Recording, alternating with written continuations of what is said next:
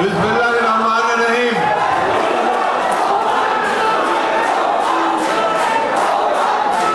বাংলাদেশের গণতন্ত্রকামী মানুষ, স্বাধীনতাকামী মানুষ, যাদের কাছে এই বগুড়া হচ্ছে পুণ্যভূমি, তীর্থস্থান। কারণ এই বগুড়ায় জন্ম নিয়েছেন আমাদের সেই ক্ষণজন্মা মহাপুরুষ, যিনি এই ভূখণ্ডের স্বাধীনতার জন্য, এই মানুষের মুক্তির জন্য ঘোষণা দিয়ে যুদ্ধ শুরু করেছিলেন। বন্ধু, এই বগুড়ার মাটি হচ্ছে সেই পুণ্যভূমি, যে পুণ্যভূমিতে বাংলাদেশি জাতীয়তাবাদের যে দর্শন, সেই দর্শনের জন্ম দিয়েছিলেন এই বগুড়ার সন্তান, এই মাটির সন্তান শহীদ সন্তান। বন্ধুগণ, সেই বগুড়ার আজকের এই বিএনপি দ্বিবার্ষিক সম্মেলনের সম্মানিত সভাপতি আমাদের মাঝে উপস্থিত আছেন। আমাদের সকলের হৃদয় মন এখন যার দিকে আজকে গোটা জাতি তাকিয়ে আছে, যে ভয়াবহ দানবীয় ফ্যাসিস্ট সরকারের হাত থেকে, এই অন্ধকার থেকে আলোতে নিয়ে আসার জন্য যে নেতা সুদূর ৮,০০০ মাইল দূর থেকে আমাদেরকে নতুন পথ দেখাচ্ছেন, যারও এই পিতৃভূমি, এই বগুড়া সেই সম্ভাবনাময় আমাদের আশা ভরসার স্থল, জনাব তারেক রহমান সাহেব আজকে আমাদের মাঝে উপস্থিত আছেন। আপনারা তো গর্বিত মানুষ, বগুড়ার মানুষ, সৌভাগ্যবান মানুষ, যে এই বগুড়া থেকে জন্ম নিয়েছে মুক্তিযুদ্ধের ঘোষক, এই বগুড়া থেকেই জন্ম নিয়েছে আবার নতুন করে যিনি মুক্তিযুদ্ধের ডাক দিচ্ছেন, স্বাধীনতার ডাক দিচ্ছেন, তারেক রহমান। এবং এই কারণেও আপনারা সৌভাগ্যবান যে আপনাদেরই এই বগুড়ার বধূ দেশনেত্রী বেগম খালেদা জিয়া, যিনি গণতন্ত্রের জন্য আজীবন সংগ্রাম করেছেন, এখনো মিথ্যা মামলায় কারা অন্তরীণ ছিলেন, এখন গৃহবন্দী হয়ে আছেন। বন্ধু, আমি আপনাদেরকে সেজন্য ঈর্ষা করি এই জন্যে যে এখানে প্রতিটি মানুষ, প্রতিটি গাছ, প্রতিটি ঘাস, প্রতিটি ফুল এখানে ধানের শীষের।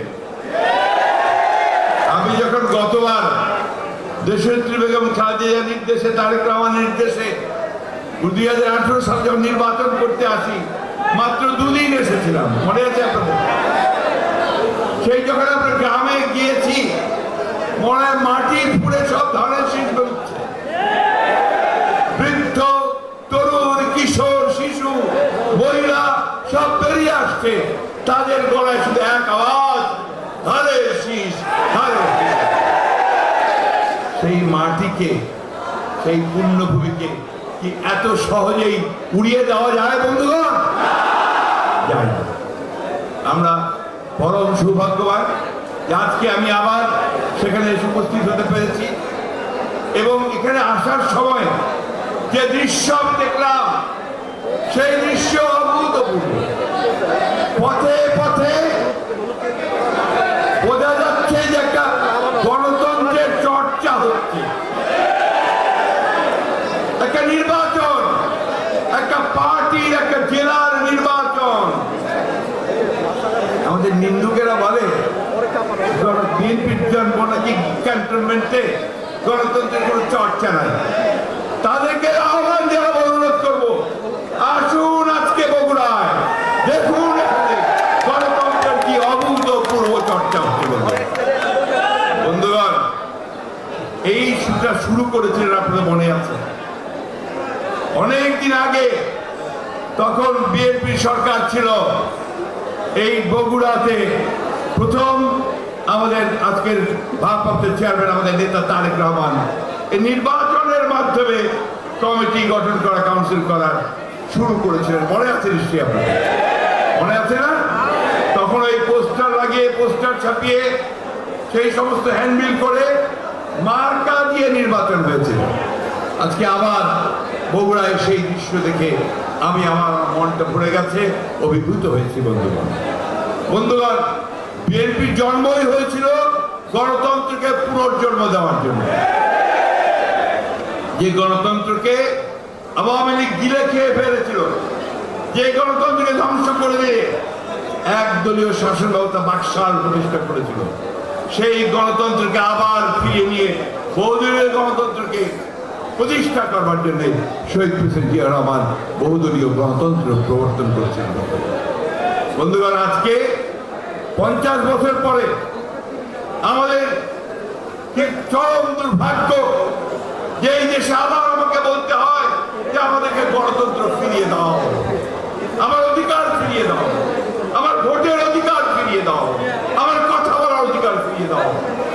একটি দুর্ভাগ্যের কথা আর কিছু হতে পারে না। তাই বন্ধুগণ, এই 50 বছর পরে এই বাংলাদেশকে আমরা এই কথা নিঃসন্দেহে বলতে পারি যে বাংলাদেশ আবার একটা পরাধীনতার যাত্রা করে পড়েছে। বাংলাদেশ আবার একটা ফ্যাসিবাদী অগণতান্ত্রিক একটা ব্যবস্থার মধ্যে পড়েছে। বাংলাদেশ আবার একটা কর্তৃত্ববাদী ব্যবস্থার মধ্যে পড়েছে। বন্ধুগণ, সেদিন যেমন এই বগুড়ার সন্তান শহীদ প্রেসিডেন্ট জিয়া রহমান সেই 75 সালে সেই গণতন্ত্রকে ফিরিয়ে নিয়ে আসার জন্য যে সমস্ত জাতিকে ঐক্যবদ্ধ করে বহুদলীয় গণতন্ত্র ফিরিয়ে দিয়েছিলেন, এবং দেশনেত্রী বেগম খালেদা জিয়া দীর্ঘ 9 বছর রাজপথে ঘুরে ঘুরে যে আন্দোলন সৃষ্টি করেছিলেন গণতন্ত্র ফিরিয়ে পাওয়ার জন্য, সেই আন্দোলন আজকে আবার ঘোষণা করেছেন আমাদের তারেক রহমান, আমাদের ভারপ্রাপ্ত চেয়ারম্যান। সেদিন আমার এখনো মনে আছে, দৈনিক ইত্তেফাকে নাজিমউদ্দিন মোস্তাক নামে একজন বিখ্যাত সাংবাদিক ছিলেন। তিনি যখন আমাদের দেশনেত্রী বেগম খালেদা জিয়া সারা দেশ সফর করছেন, গণতন্ত্রের কথা বলছেন, এবং সেই 91 নির্বাচনের আগে তিনি যখন বগুড়ায় এসেছেন, গ্রামে যাচ্ছেন, বিদ্যুৎ নেই, আলো নেই, মহিলারা সবাই কুপিত বোঝেন, প্রদীপ, সেই প্রদীপ জ্বালিয়ে তারা দাঁড়িয়ে আছে, কেউ হারিকেন জ্বালিয়ে দাঁড়িয়ে আছে। তারা গাড়ি থামিয়ে ম্যাডামের দিকে একবার দেখছে। নাজিমউদ্দিন মাস্টার লিখছেন, বগুড়ার মহিলারা তাহাদের প্রিয় বধূকে একবার দেখিবার জন্য কুপির আলো জ্বালাইয়া দেব। সে কথা ভোলা যায় না বন্ধুগণ। এই পরিবার, এই জিয়া রহমান, বেগম খালেদা জিয়া, তারেক রহমান, আজকে সমগ্র দেশ এই জাতিকে রক্ষা করবার জন্য তারা তাদের সমস্ত সুখ দুঃখ সমস্ত কিছু বিসর্জন দিয়ে তারা আজকে দেশকে আজকে এই গণতন্ত্রহীনতা থেকে রক্ষা করবার জন্য কাজ করেছেন। আমাদের সকলের ঋণ শোধ করা অসম্ভব তাদের জন্য। সে ঋণ আমাদেরকে শোধ করতে হবে। সে ঋণ শোধ করতে হবে যে আমাদের আজকে যে আন্দোলন শুরু হয়েছে, যে সংগ্রাম শুরু হয়েছে, সারা দেশের মানুষ যে আবার জেগে উঠছে, এই জাগরণকে সামনে নিয়ে গিয়ে দিতে হবে বন্ধুগণ, এবং জনগণের মধ্য দিয়ে এদেরকে পরাজিত করতে হবে বন্ধুগণ। আওয়ামী লীগ তারা একটা প্রমাদ করছে, তারা বুঝে গেছে যে তাদের পায়ের নিচে আর মাটি নাই, তারা বুঝে গেছে এই দেশের জনগণ আর তাদের সঙ্গে নাই, এবং সেই জন্য তারা আজকে ভিন্ন পথে যাওয়ার চেষ্টা করছে। তারা সংঘাত সৃষ্টি করতে চায়। তারা আমার যে সংবিধান সম্মত অধিকার, যে আমি সমাবেশ করতে পারবো, মিছিল করতে পারবো, আমি জনগণকে সামনে নিয়ে এগিয়ে যেতে পারবো, সেটাকে রুদ্ধ করার জন্য যত রকমের হীন কৌশল আছে সেগুলোকে তারা আজকে ব্যবহার করছে। বন্ধুগণ, সমাবেশ করতে দেবে না, বারবার হুমকি। আরে এত হুমকি কারা দেয়? যারা ভেতরে দুর্বল হয় তারাই হুমকি দেয়, তাই না? তাদের গলার শব্দটা অনেক উঁচা হয়, কিন্তু ভেতরে ভেতরে ভয় করতে থাকে। এরা হচ্ছে সেই দল। বন্ধুগণ, আজকে প্রত্যেকটা সমাবেশে তারা পরিবহন বন্ধ করে দিয়েছে 2 দিন আগে থেকে। তারা অত্যাচার করেছে, আক্রমণ করেছে। খুলনাতে চড়ার উল্টে দিয়ে যখন আমাদের নেতা কর্মীরা সাঁতরাচ্ছে তখন সেখানে গিয়ে মেরেছে। পেরেছে কি খুলনার সমাবেশকে বন্ধ করতে? রংপুর, আমরা তো রংপুরের ব্যাপারে ভাবি যে রংপুর বোধহয় একটু দুর্বল, তাই না? ওখানে যে কে জাতীয় পার্টির একটা প্রভাব আছে অনেকে মনে করেন, তাই না? এইবার রংপুরের সমাবেশ প্রদান করেছে যে সেখানে বিএনপি ছাড়া আর কোনো দল নেই। 2 দিন আগে 3 দিন আগে সবাই চিরা মুড়ি গুড় আপনার কিসের মধ্যে গামছা বেঁধে সব চলে এসেছে। খালি গোডাউন, খালি মিল, এই সব জায়গায় আশ্রয় নিয়েছে। নিজেরা ওই চাল চিরা মুড়ি গুড় দিয়ে খেয়েছে, কোথাও খিচুড়ি রান্না করে খেয়েছে, নিজেরা করেছে, করে তার নিজের পয়সায় তারা ওই পর্যন্ত এসেছে। বন্ধুরা, আপনারা দেখেছেন এক বৃদ্ধ মানুষ, অনেক বৃদ্ধ, অনেক বয়স, তিনি তার ওই চিরা মুড়ি আর গুড় খাচ্ছিলেন আর বলছিলেন, তাকে যখন সাংবাদিকরা জিজ্ঞেস করেছে যে তুমি এখানে আসছো কেন, বলছে আমি আসছি আমার অধিকারের জন্য। আমি তো আমাদের দেশি কথায় দেশি কথা হচ্ছে মুই তো গতবার ভোট দিবা পারুনি, মুই ভোটটা দিবা চাও, ভোট দিবার ভোটের অধিকারের তো নেই। আমি আমার ভোটের অধিকার ফিরে পাওয়ার জন্য আসছি, আমার অধিকারকে প্রতিষ্ঠিত করবার জন্য আসছি। এবং এই সরকার এরা ভালো না, এরা আমাদের গরিবের দিকে তাকায় না, আমাদের যে ভাতা সেই ভাতা বন্ধ করে দেয়, বিধবাদের ভাতা বন্ধ করে দেয়, নতুন করে কোনো তালিকাভুক্ত করতে দেয় না। এরা হচ্ছে সেই সরকার। আবার বিধবাদের ভাতা দিতে গেলে পয়সা দিতে হয়, আওয়ামী লীগের ঘুষ দিতে হয়। বন্ধুগণ, ঘুষ ছাড়া এখন আর কোনো কাজ হয় না, কোথাও না,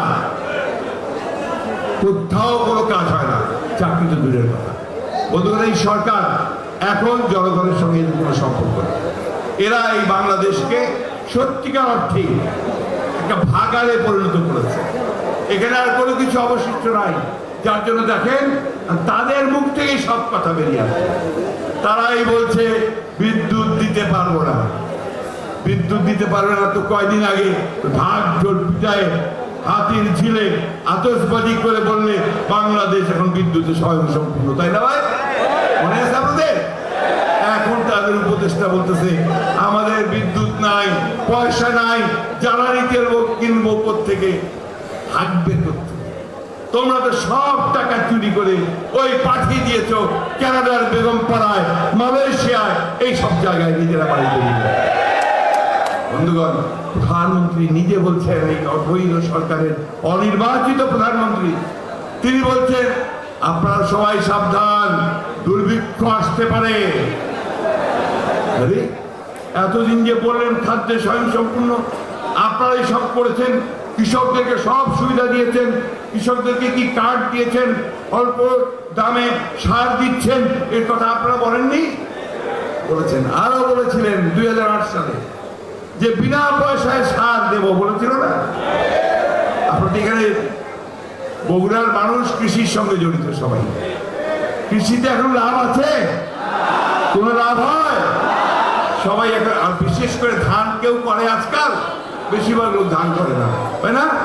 খাদ্য শস্য করে না, অন্য ফসলের কিছুটা তাও থাকে।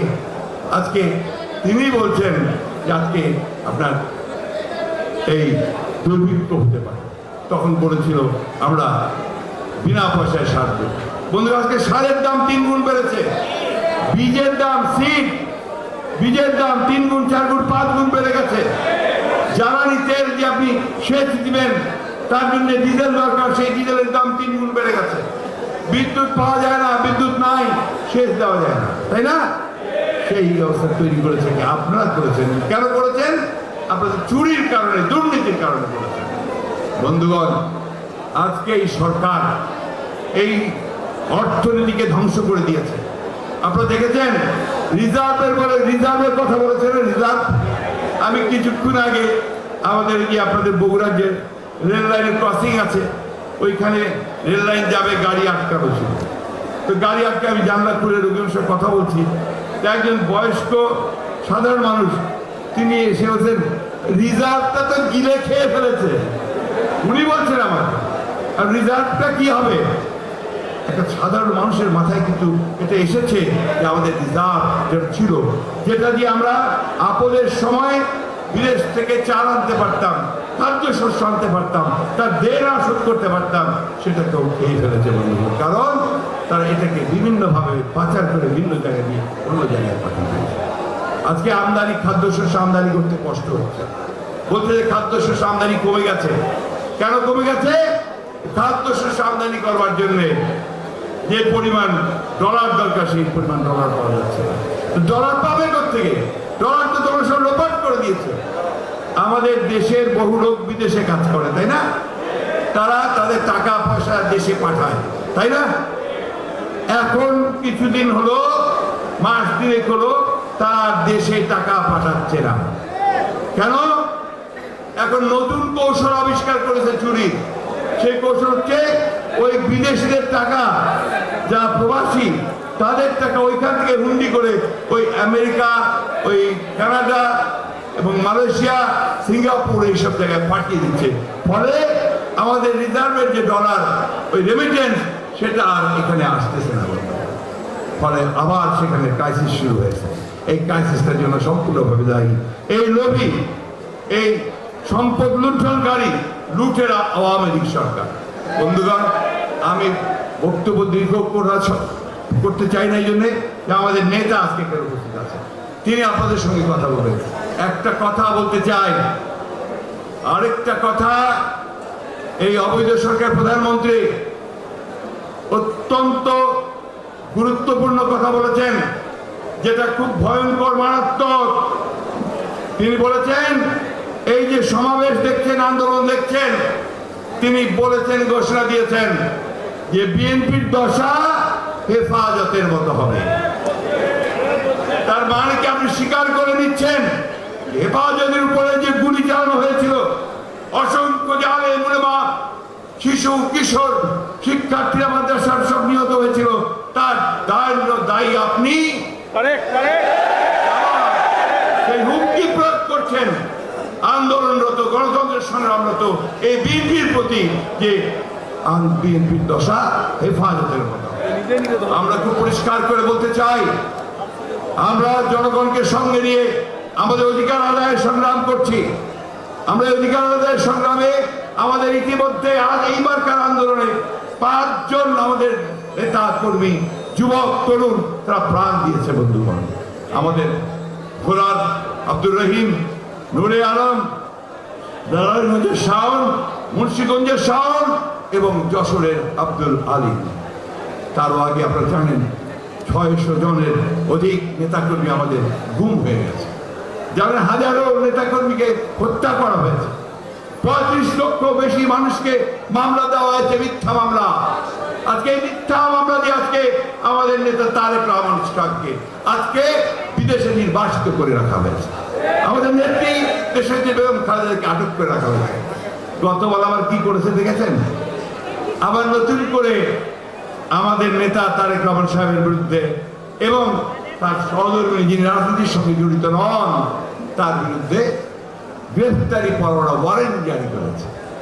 আর এই ওয়ারেন্ট জারি করে, গ্রেফতারি পরোয়ানা জারি করে কি ঘটনা ঠিকই রাখা যাবে? বলতে ছোটবেলা পড়তাম, সমুদ্রে বেঁধেছি শয্যা, শিশিরে কি বা ডর। আমি তো শয্যা বেঁধেছি সমুদ্রে, আমার শিশিরে কোনো ডর নাই। আমার নেতা তারেক রহমানের সেই ডর নাই, এবং আমাদের যিনি সহধর্মিনী জোবাইদুর রহমান, সেই ডর। পরিষ্কার কথা বন্ধুগণ, দীর্ঘ করবো না। এ লড়াই আমাদের শেষ লড়াই। এ লড়াই আমাদেরকে জিততেই হবে। বিএনপির স্বার্থে নয়, আমার স্বার্থে নয়, নেতা তারেক রহমানের স্বার্থে নয়, আমাদের নেত্রী যে খালেদা জিয়ার স্বার্থে নয়, এই দেশের মানুষের জনগণের স্বার্থে, এই দেশকে রক্ষা জাতিকে রক্ষা করার জন্য আমাদেরকে আজকে দুর্বার আন্দোলন করে তুলতে হবে। গড়বাড় আন্দোলনের মধ্য দিয়ে এই ভয়াবহ ফ্যাসিস্ট আওয়ামী লীগ সরকারকে পরাজিত করতে হবে। আর সেই জন্যই আমরা পরিষ্কার করে বলেছি, যেখানে কোনো নির্বাচন খেলা হবে না। এখন পদত্যাগ করুন, সব দায়িত্ব নিয়ে পদত্যাগ করতে হবে। পদত্যাগ করে আপনাদেরকে সংসদ বিলুপ্ত করতে হবে এবং একটা তত্ত্বাবধায়ক মধ্যবর্তীকালীন একটা তত্ত্বাবধায়ক সরকারের হাতে ক্ষমতা অর্পণ করতে হবে। নতুন নির্বাচন কমিশন হবে, সেই নির্বাচন কমিশন নির্বাচন পরিচালনা করবেন এবং জনগণের সরকার, আপনাদের সরকার গঠিত হবে। বন্ধুগণ, এই বগুড়ার সরকার গঠিত হবে। আমার নেতা তারেক রহমান সাহেব তখনই দেশে এসে সে দায়িত্ব গ্রহণ করবেন। বন্ধুগণ, আসুন আজকে এই বগুড়ার এই সম্মেলনের মধ্য দিয়ে আমরা সবাই ঐক্যবদ্ধ হই এবং ঐক্যবদ্ধ হয়ে সেই আন্দোলনকে আরো বেগবান করে গড়ে তুলি। আপনাদের সবাইকে ধন্যবাদ। আসসালামু আলাইকুম, খোদা হাফেজ। বাংলাদেশ জিন্দাবাদ, বাংলাদেশ জাতীয়তাবাদী জিন্দাবাদ, শহীদ আমার হোক, বেসরকারি জিন্দাবাদ। আমাদের সম্ভাবনাময় আশা আকাঙ্ক্ষার স্থল তারেক রহমান জিন্দাবাদ। ধন্যবাদ আমাদের সম্মানিত সংগ্রামী মহাসচিব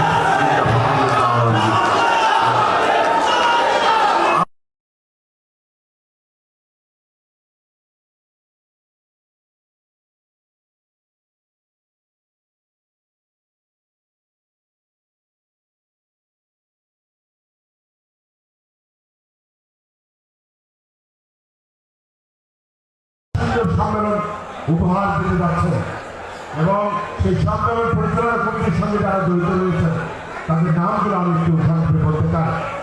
উপদেষ্টা হিসেবে যারা প্রতিনিয়ত আমাদের খোঁজ নিয়ে নামগুলো আমি একটু সংক্ষেপে বলতে চাই। উপদেষ্টা হিসেবে যারা প্রতিনিয়ত আমাদের খোঁজ নিয়েছেন,